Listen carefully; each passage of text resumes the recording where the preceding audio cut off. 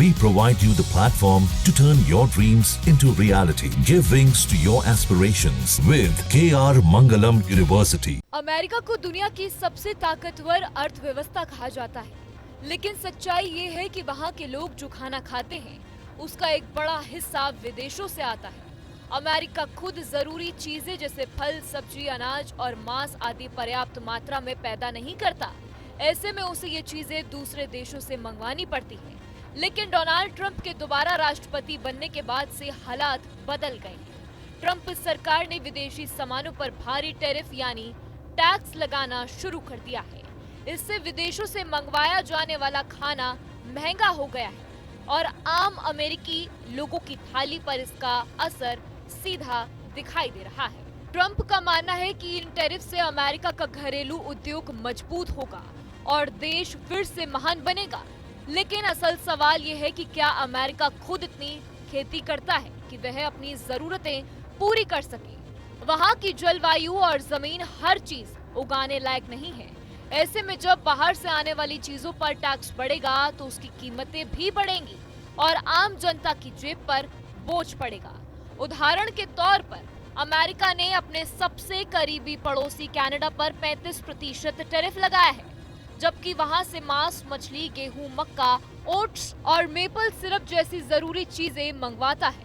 Canada से America के कुल खाने के आयात का करीब 12.6% हिस्सा आता है। इसी तरह मॉस्को, जो अमेरिका को सबसे ज्यादा सब्जियां और फल भेजता है, उस पर भी 25% टैरिफ लगाया गया है। अब टमाटर, प्याज, पालक, आम और तरबूज जैसी रोजमर्रा की चीजें महंगी हो गई है। ऑस्ट्रेलिया से अमेरिका भेड़ का मांस मंगवाता है, उस पर भी 10% टैरिफ लगा दिया गया है।